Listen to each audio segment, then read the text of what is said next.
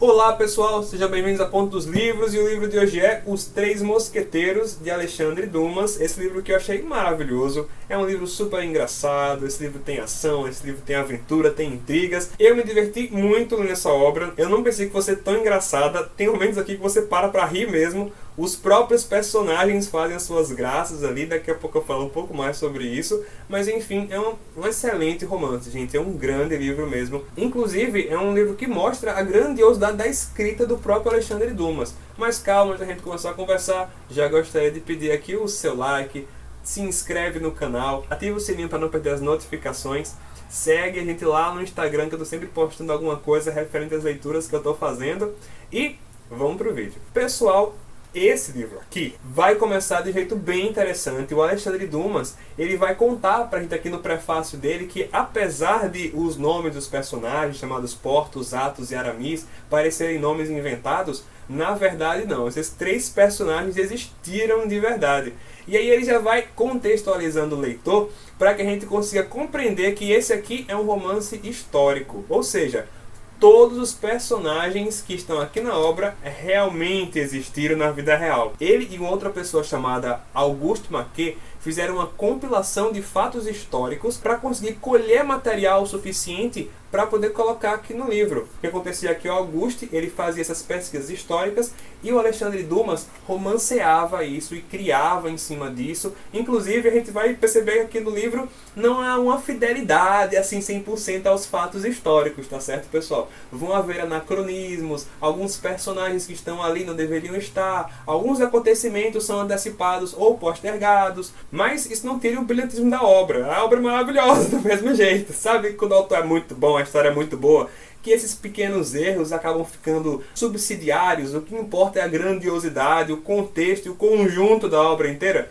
Pois é, essa é a força de Alexandre Dumas, é a força dessa obra aqui. Em determinado momento, o Auguste Maquet, em algum instante da colaboração entre ele e o Alexandre Dumas, ele vai processar o Alexandre Dumas porque está faltando ele pagar ali algumas coisas com relação a direitos autorais, e ele vai querer também a autoria dos livros, que seja colocado o nome ali dele na capa dos livros também, junto com o Alexandre Dumas, e aí ele vai perder esses processos. O Alexandre Dumas até tem que indenizar ele em algum momento, mas no fim das contas vai acabar que a justiça vai dizer que só quem tem autoria é realmente o Alexandre Dumas e não o Auguste Maquet. Mais uma coisa de cada vez, vamos primeiro aqui, né, ao contexto histórico. O que acontece é que o Alexandre Dumas, ele vai nascer em 1800, a história que se passa em 1600, e ela vai contar principalmente de alguns fatos em torno do cerco de La Rochelle, que é um cerco que vai acontecer, é uma batalha que vai acontecer entre a França e a Inglaterra, e na qual os personagens vão acabar se envolvendo. Vamos falar dos personagens históricos que tem aqui na obra para vocês entenderem o que está acontecendo. Aqui quem reinava naquela época era Luís XIII, ele era casado com Ana de Áustria. A alta autoridade do clero naquela época era Richelieu, o cardeal, e quem era o chefe da guarda do rei, ou seja, o chefe da companhia dos mosqueteiros,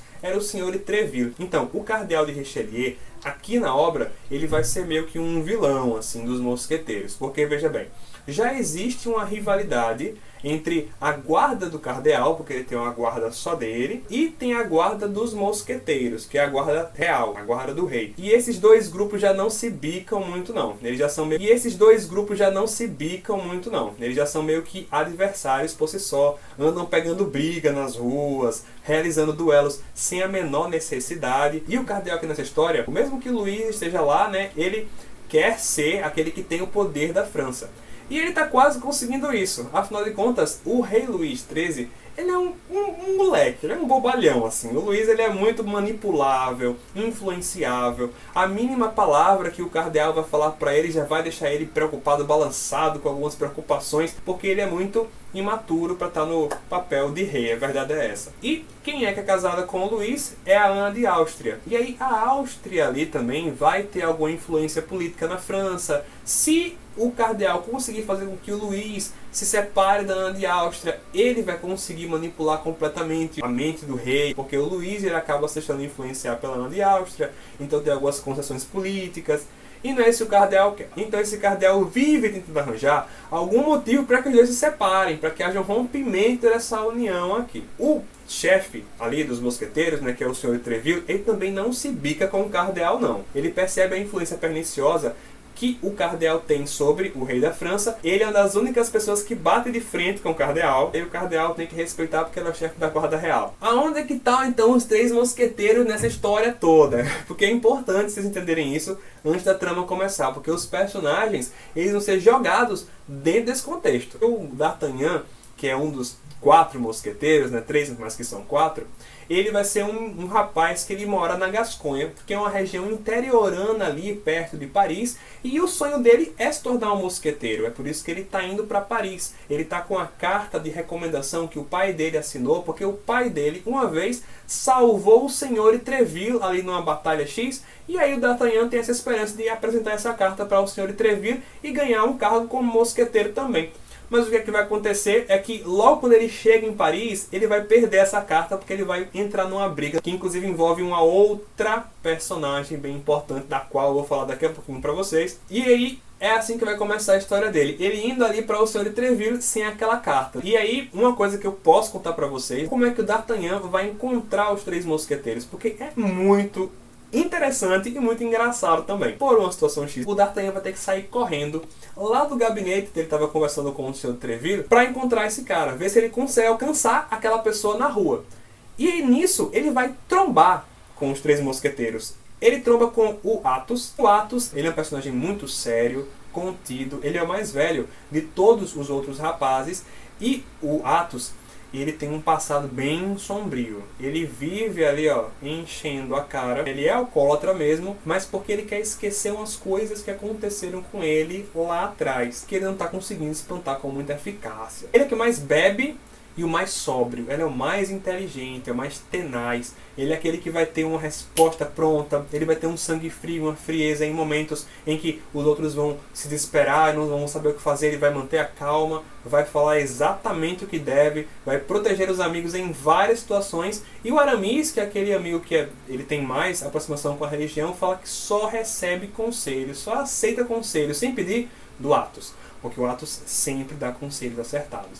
Então, assim, de todos os mosqueteiros, o Athos, ele foi o que mais me chamou a atenção. E aí o Athos vai se ofender, porque ele não pediu desculpa direito, e eles vão marcar um duelo, ali ao meio-dia, atrás de uma igreja. Depois, ali na saída, de onde ficam os mosqueteiros, ele vai trombar no Porthos. O Porthos, ele é o maior, é o mais forte, mas é o menos inteligente. Ele é daquele personagem que, às vezes, eles vão estar discutindo uma coisa super clara, que tá na cara de todo mundo, e o Porthos ficar, mas peraí, você repete, você pode falar de novo? Ele vai ficar perguntando várias vezes, ele não é muito brilhante, vamos dizer assim. E aí o Porthos, ele vai se ofender também, ele vai marcar um duelo também com o Porthos ao meio-dia, no mesmo local onde ele marcou com o Athos, e mais na frente ele vai marcar, por conta de uma situação também engraçada que vai acontecer entre ele e o Aramis, ele vai marcar um duelo com ele, mas aí ele marca de 1h da tarde, não marca de meio-dia. O Aramis, por conta de um passado X que ele teve na igreja, mas do qual ele acabou se desviando, por conta de um duelo no qual ele se envolveu, ele acabou abraçando a vida ali de mosqueteiro, e ele vive sempre entre a cruz e a espada. Ele quer ser religioso, mas ele também quer ser soldado. Ele diz que ele é religioso, mas está como soldado. Um dia ele vai largar a vida de soldado e ele vai realmente abraçar a vida religiosa que ele tanto gosta. O Athos, ele vai chamar 2 testemunhas para testemunhar, porque ele matou alguém, né, num duelo, que foi uma coisa que não foi um assassinato, né? Enfim, ele chamou quem? Os seus 2 melhores amigos, o Porthos e o Aramis. E aí, o Porthos e o Aramis falam, mas a gente marcou com esse cara também pra duelar. Aí o D'Artagnan, ele vai combinar ali com os mosqueteiros que pelo menos vai lutar contra um de cada vez, né? Primeiro com o Athos, depois com o Aramis, depois com o Porthos. E aí, ele e o Athos vão começar ali, né, a ensaiar ali um início de batalha, quando de repente quem é que chega? Os homens do cardeal, a guarda do cardeal. E aí eles vão tentar flagrar os mosqueteiros para colocar os mosqueteiros em uma situação vexatória, dizer que eles estavam batalhando, duelando, aquilo não era mais permitido, eles tinham acabado de tomar uma bronca por conta disso, inclusive. E aí os 3 mosqueteiros vão se olhar, vão contar que eles são 3, os homens do cardeal são 7. E aí o D'Artagnan vai falar, não, 3 não, são 4. E aí ele vai se unir aos mosqueteiros para derrotar a guarda do cardeal. É assim então que ele fica amigo do Porthos, do Athos e do Aramis. Eu achei bem interessante como ele vai construir essa amizade, né? A partir dali em diante, quando eles conseguem derrotar os homens do cardeal, eles ficam mais do que amigos. Eles arranjam ali para o D'Artagnan também um servo, porque todos eles têm pessoas para servi-los. e eles vão começar a entrar ali, né, realmente na história. Dentro dessa questão mais política, dentro dessa questão que envolve esses interesses políticos, tanto do cardeal como do rei, e também de outro personagem que eu não contei para vocês, pessoal, ainda, que é o Duque de Buckingham, que é lá da Inglaterra. Esse Duque de Buckingham, pessoal, olha só que coisa, é apaixonado pela Ana de Áustria, que é a mulher do rei. E eles dois, eles meio que são amantes, assim. Esse Duque de Buckingham, ele vai conseguir entrar no castelo ali da Ana de Áustria. A Ana vai ficar preocupadíssima, porque ela vai notar que aquele cara que ela ama, se for pego ali, vai ser morto, porque os ingleses e os franceses são inimigos. E o Duque vai falar assim, olha, só me dá uma prova de que você me ama que eu vou embora. Aí ela pega um colar de agulhetas douradas com diamantes que ela colocava pra que ele guardasse, como sinal do amor que ela tem por ele. Ele pega, feliz da vida, e sai correndo. E ele volta lá para a Inglaterra. O cardeal vai ficar sabendo que isso aconteceu e vai querer usar isso contra a Ana de Áustria, é claro, para criar ali uma animosidade entre o rei e a sua esposa, para que ele consiga talvez até desfazer o casamento, talvez, quem sabe. E aí o cardeal tem uma ideia: pedir para que o rei Luís peça para que a Ana use aquelas agulhetas numa certa festa que vai acontecer um pouco ali para frente, que ele mesmo vai organizar. Porque aí quando ela aparecer sem aquelas agulhetas, que foi o rei que deu, aí fica a prova, né, do que todo mundo já está falando, que o Duque de Buckingham realmente chegou ali, sim, e o Luís realmente vai propor isso para Ana. E ela vai ficar desesperada, e aí eu não vou contar muito mais para vocês, mas saibam que quem vai se envolver nisso para poder recuperar essas agulhetas a tempo, para que o rei não descubra esse caso entre ela e o Duque de Buckingham, são os 3 mosqueteiros, ou os 4 mosqueteiros, né, junto com o D'Artagnan também. Essa aventura é ilargável. Essa aventura é imperdível. Esse livro ele vai ter 2, vamos dizer assim, acontecimentos, aventuras principais. Esse das agulhetas, e o outro vai ser realmente o cerco de La Rochelle, né, que é um pouco mais pra frente. Dele eu não vou falar absolutamente nada, né, seria spoiler pra vocês. Mas faltou eu contar de uma outra personagem aqui na história pra vocês, pessoal. O nome dela é Milady. Essa mulher, ela tá muito envolvida, e isso não é spoiler, tá bem... A primeira fala dela é justamente sobre isso, com o cardeal. Ela tá ali por trás das coisas, ajudando o cardeal a mexer algumas coisas, movimentar outras.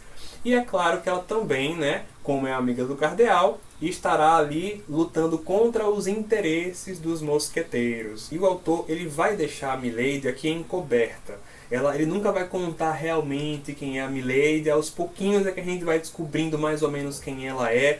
E então eu não gostaria também de dar spoilers para vocês, né? Eu tenho certeza que o autor também gostaria de deixar Milady aqui escondida, em entrevista, e aos poucos vocês vão descobrindo quem é ela também. Saibam apenas que ela é muito importante para a história, ela tem um papel fundamental aqui. É isso, pessoal, uma baita de uma aventura. Se você ainda não leu Os 3 Mosqueteiros, pegue para ler Os 3 Mosqueteiros. Se você é uma pessoa que gosta muito de aventura, comédia, eu acho que esse é um livro que é ideal para você, tá bom? É isso, pessoal, mais um vídeo está chegando ao final, então, por favor, deixe seu like, que você está ajudando esse canal a crescer. Se inscreva no canal também, para você não perder os próximos vídeos que vão lançar por aqui.